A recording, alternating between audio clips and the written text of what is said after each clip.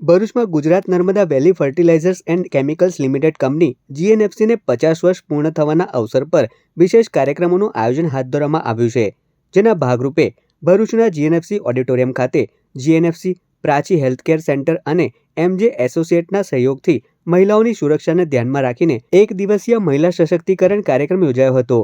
આ કાર્યક્રમમાં કોર્પોરેટ સેક્ટરમાં કામ કરતી અંદાજે 175 જેટલી મહિલા કર્મચારીઓએ ઉત્સાહપૂર્વક ભાગ લીધો હતો.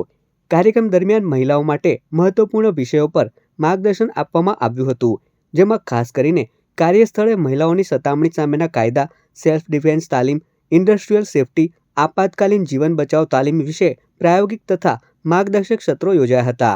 આ કાર્યક્રમનો મુખ્ય હેતુ મહિલાઓમાં કાયદાકીય જાગૃતિ વધારવો, આત્મરક્ષા માટે સજ્જ બનાવવી અને આપાતકાલીન પરિસ્થિતિઓમાં યોગ્ય પ્રતિસાદ આપવા માટે તાલીમ આપવાનો હતો. સમગ્ર કાર્યક્રમમાં હાજર રહેલા તમામ પ્રતિભાગીઓએ આ પહેલને ખૂબ જ ઉપયોગી અને માહિતીપ્રદ ગણાવી હતી.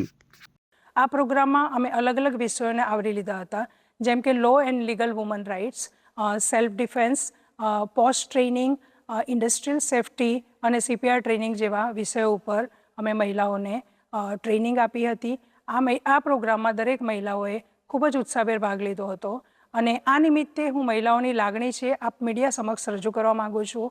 માનનીય વડાપ્રધાન નરેન્દ્ર મોદી સાહેબ જે માતૃશક્તિ વંદન અધિનિયમ જે બિલ છે સંસદમાં પારિત કરવા માટે મક્કમ છે. આ બિલ અમને આશા છે કે ચોક્કસપણે સંસદમાંથી પારિત થશે અને અમારી આધી આબાદી જે મહિલા શક્તિ છે એનો સંપૂર્ણપણે વિજય થશે એની અમને સંપૂર્ણ આશા છે અને અપેક્ષા છે. જય હિન્દ, જય ભારત.